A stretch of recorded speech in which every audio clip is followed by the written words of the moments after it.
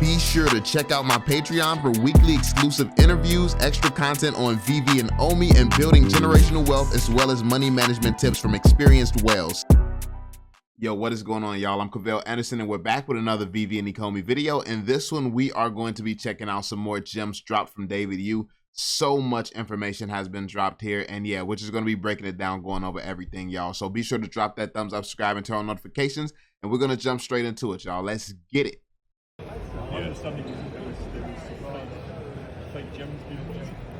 No, actually, there's no fake gems. They all gems. They all gems. All the gems being paid out. I mean, any gem, any issue we had, those loophole were pretty much blocked within an hour. That user's account pretty much was frozen straight away. No, it wasn't monetary. Yeah. Most of those gems. I mean, remember that back in the day, the gems you can't cash it out, right? The withdrawal didn't happen, so we just frozen that account. I mean, the guy hasn't contacted us for obvious reason, and his collectibles in the account are still there.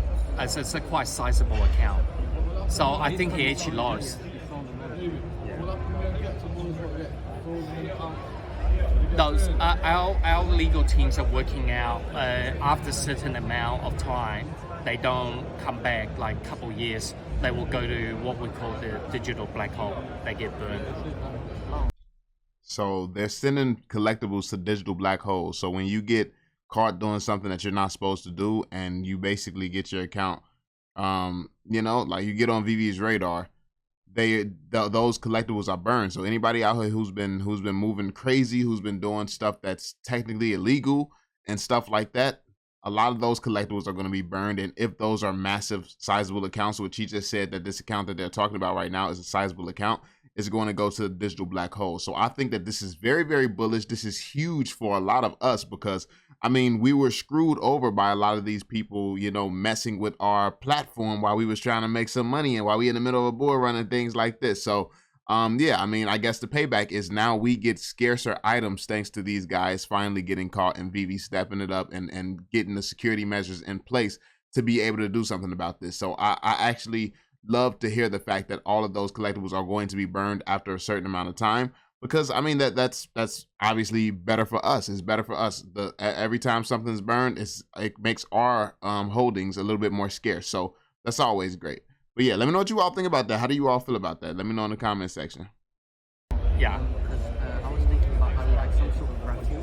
Oh yes. So like a bunch of. No, we couldn't raffle the M1 because it's kind of not. Yeah, poppy. But we are going to be bringing out other features. You guys know about the white. My man's was trying to get. He said just get those collectibles to me. Like don't you ain't gotta do nothing with it. You ain't gotta burn it or nothing. I would gladly take those in my account. Like my man said, raffle them off.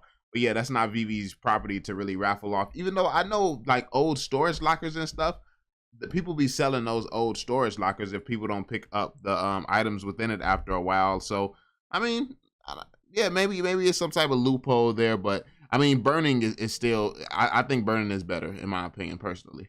One-of-one program, right? Yeah. We are thinking, obviously the whales or the top collectors out there, they're always going to get the one-of-ones. We want it to be more fair to everyone. So we are thinking to bring a cool raffle thing. So the raffle could be $5 and you could put 5 gems in it and you could be one of the. That would be. Yeah, and you might earn for $5 you might get a $10,000 worth of addition. So we are going to start doing things like that. So this was the clarification that I needed, because I actually spoke on this like last week and I wasn't happy hearing about the raffle. So I thought the one-of-one silent auctions was going to be changed to a raffle where people could just put in $5. But in reality, this is just an additional feature that's going to be coming out, from my understanding, is what it sounds like he's saying right now. So if it's an additional feature, that's something that's more than fair. It's good. It's cool. It's something that the community should be excited about. And yeah, I mean, it gives people a chance to get involved in something and to have a good time and not have to spend a crazy amount of money, but still have a chance at getting something super, super valuable for that low amount, which is going to, I mean, is going to be damaging for all the gambling addicts, of course. But hey, yo, I mean, this is good for the Omi token. I don't care how many people get addicted. Like, it's good for the Omi token. So if you want to spend your money and go for raffles and stuff all the time, go for it. I mean, but yo, I'm gonna be honest. I grab one ticket each time. Imagine somebody win, which is one, and people grabbing crazy amounts of raffle tickets. That'll be insane. But yeah. For us, I just want you guys to know, us is all about being fair, being exposed to all collectors. I'm a collector myself. When I go to a stand, people think, oh, Dave's gonna buy it all. No, I'm about. I only want 3. I said I only want 3. So yeah, this is the part of that clip. I actually saw this before. I don't know where. Maybe I saw it short form somewhere. This might have been something that I saw on Twitter, but I actually remember this part. So yeah, we're gonna move on to the next clip here in the video. But let me know what you all feel about this information up until this point. How do you all feel about that? Let me know your thoughts. Let's move on to the next clip now. All right, y'all. So we are here at the next clip, and in this one, we're actually going to be listening to David Yu go over his top grails and some of his favorite pieces that have been released on Veve. And I think that these are very, very important. Reason being, my logic is this guy's a very, very strong investor. He's been, well, not an investor, a collector. He's been collecting forever. He knows the space, he understands it, and he understands the importance and significance of things because this is what he does. This is what he has dedicated his life to.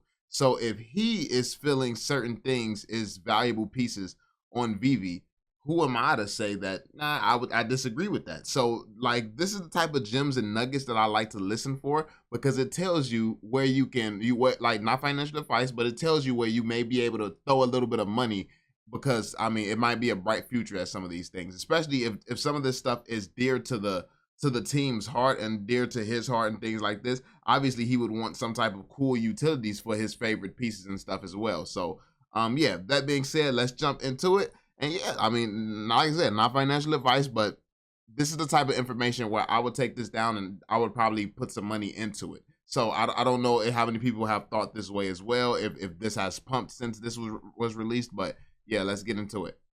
But I bought a lot of secondary market, yeah, to complete myself. Favorite piece, something that you really love? Obviously, the first one we did was Todd. It's the most classic one, and it is amazing.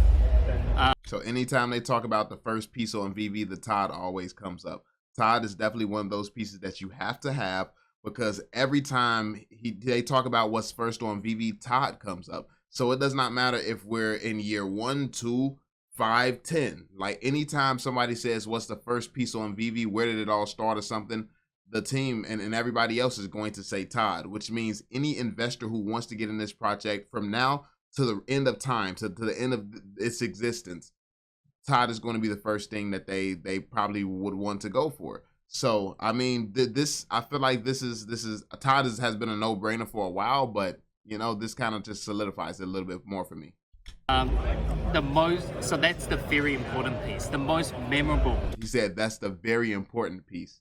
That's the very important piece. So hearing that from a collector. Piece we did, I think I mentioned Steamboat Willie. And piece, so that's the very important piece, the most memorable piece we did, I think I mentioned Steamboat Willie. And there are reasons behind. If you've seen the cartoon online, it's not 3D. Yeah, it's not 3D. Veve was made a 3D animated for for an animated company to turn that from a 2D to a 3D, what it will look like. It's an amazing opportunity, right? It's a big plus. The golden moment. So that's a first appearance. The way that looks in general, it's just a first appearance in every way, shape, and form, to be honest.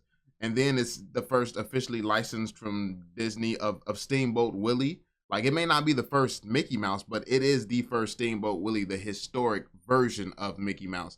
So, I mean, that is pretty significant. If you look at it from a historic point of view, I actually was into it with Sam Ellis like some months back, where we was talking about it, kind of debating about the value of that. Because like I was at that time, I was basing things solely off of the values of the real world. Not really. I mean, I take everything into consideration. I know that his history is going to be important, but the way that I see it, it's like I do go based off of more so facts. Certain things have to be provable, and I need to see that people are going to be willing to take the history, Veve's history, like Veve being the first ones to turn this 2D to 3D, and actually care about what Veve's history and impact.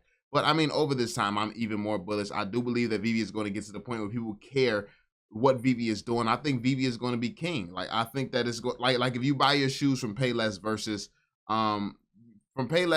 like Nike or some type of store like that, obviously shoe and sneaker heads, they're not going to respect Payless like they would respect other name brands. So I think Veve is going to be one of those name brands where if it's not from Veve, it doesn't really matter. That's what I see coming in the future. So I think that's going to be important there for sure. Opportunity, right? It's a big plus. The golden moment, Partners. the partner statue is something I pick. The edition numbers, all the edition number, I do that, by the way. So You picked the edition numbers yeah, personally? every single drop, so even that 111 or whatever it is we're dropping today, that was me. I made a mistake on it. It was never gonna intend it to be that small. I think it was a keyboard error, and then it got translated wrong to the team. Yeah, but yeah. And I know sometimes people on the internet, they go, what a stupid thing he did. It's me, I'm guilty of all of it, and I'm learning. I do learn. A lot of the numbers comes from the anniversary when the comic was produced, or if you see 79, it's because that's when that movie's coming out. 3333 is the famous number at Club 33 in Disneyland. A lot of these number, the meaning I kept inside myself. I never actually exposed it out. But we are hoping one day we will do a Veve Wikipedia thing where it will tell the reason why we did every release. So they want to do a documentary. They want to do a Veve Wikipedia. They're talking about how important Todd is at the start. You realize what he's trying to build right now? This is legacy.